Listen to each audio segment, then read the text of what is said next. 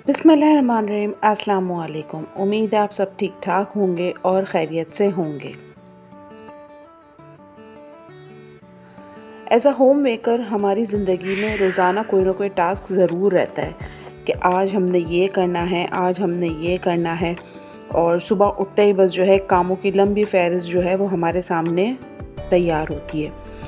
जैसा कि मैंने पहले भी आपको बताया था कि मैं अपने बच्चों के स्कूल जाते ही जो है घर समेटना और सफाई डस्टिंग वगैरह सब करना शुरू कर देती हूँ। थोड़ी देर लेटती हूँ, आराम करती हूँ, लेकिन उससे पहले मैं अपना सारा घर क्लीन अप करके और सारी चीज़ों को उनकी जगह पे पहुँचा के उसके बाद फिर ये कि थोड़ी देर आराम करती हूँ अगर मुझे करना होता है तो यहाँ बस सुबह बच्चे स्कूल जा चुके थे तो मैंने जो है घर में मॉप लगा लिया। अच्छा, मैं हफ्ते में जैसे 7 दिन होते हैं, अगर मैंने 4 दिन अच्छा जम के झाड़ू पोछा कर लिया तो बाकी के 2-3 दिन जो है मैं इस तरह से मॉप चला के गुजारा कर लेती हूँ, क्योंकि मुझे पता है कि सफाई हुई हुई है और मुझे बहुत ज़्यादा डीप क्लीनिंग की ज़रूरत नहीं है। तो इस तरह से फिर मैं घर में मॉप लगा लेती हूँ, कभी ड्राई मॉप कभी वेट मॉप, और जो है मेरा घर साफ़ सुथरा हो जाता है। डस्टिंग अलबत्ता यह है कि तकरीबन रोज़ ही करनी पड़ती है, क्योंकि मिट्टी बहुत ज़्यादा जो है वो जमा हो जाती है फर्नीचर के ऊपर। तो डस्टिंग यह है कि रोज़ाना डेली बेसिस पे ही करनी होती है।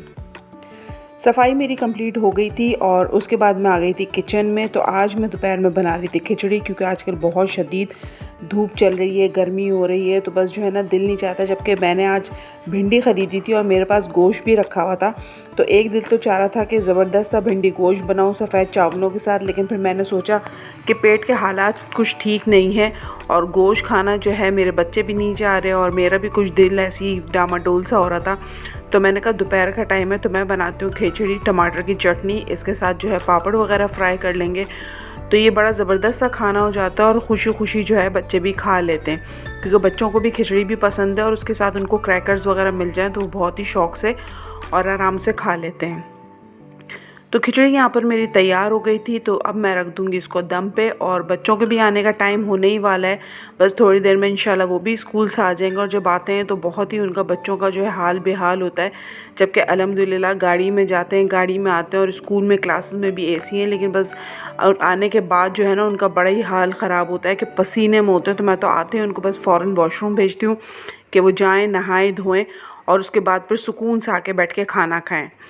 तो यहाँ ज़ोहर का टाइम भी हो गया था और मैंने कहा बच्चों के आने से पहले जो है मैं नमाज़ भी अपनी पढ़ लूँ, ताकि बच्चे आने के बाद टाइम बिल्कुल भी नहीं मिल पाता। फिर उनको चेंज कराना, नहाने भेजना, फिर उनके 10 काम होते हैं। इवन कि मेरे बच्चे तो स्कूल से आके सॉक्स भी यही बोलते हैं, मम्मा आप उतारें, तो सॉक्स उनके उतारना, चीज़ों को जगह पे रखना, तो काफ़ी टाइम लग जाता है। तो उससे पहले मैं कोशिश करती हूँ कि मेरी नमाज़ भी हो जाए, वरना नहीं तो फिर टाइम आगे बढ़ते बढ़ते बहुत ही आगे चला जाता है और फिर जो है तकरीबन 3:30-4 बज जाते हैं ज़ोहर की नमाज़ पढ़ने में। तो मेरी कोशिश यही होती है कि मैं नमाज़ जो है वो जल्दी अदा कर लूँ बच्चों के आने से पहले। यहाँ जो है बच्चे आ चुके थे, खाना वाना खा लिया था, सब कुछ हो गया था, तो बच्चे जो है वो अपने अपने बिस्तरों में लेट गए थे थोड़ी देर रेस्ट करने के लिए। आते हैं तो थोड़ा सा उनका स्क्रीन टाइम होता है, तो वो जो है मोबाइल वगैरह लेके लेट जाते हैं कि चलो थोड़े से बच्चे रिलैक्स हो जाएं, इतनी गर्मी धूप में से आए हैं। तो मैं जो है मैंने कल कपड़े जो है वॉश किए थे, तो वो मुझे तय करके रखने थे और ये भी एक बड़ा टास्क है कि कपड़े तो धुल जाते हैं लेकिन उसके बाद उनको तय करके या प्रेस करके अलमारी में रखना जो है ना एक बड़ा टास्क होता है कि सारी चीज़ें हैंडल करो और फिर वो भी वन हैंडेड, कि आपके पास कोई हाउस हेल्प नहीं है, कोई मेड नहीं है और सारे काम आपने A to Z खुद ही करने। तो ये जो है ना बड़ा फिर एक टास्क होता है कि आपने सारे अपने कामों को जो है ना किस तरह से लेके चलना है और किस तरह से एक के बाद एक काम करना है। यहाँ पे मेरा एक न्यू सूट भी है जो कि मैंने श्रिंक किया था, लेकिन अब समझ में नहीं आ रहा कि सीने के लिए किसको दूँ, क्योंकि आजकल ना मेरे पास कोई टेलर नहीं है।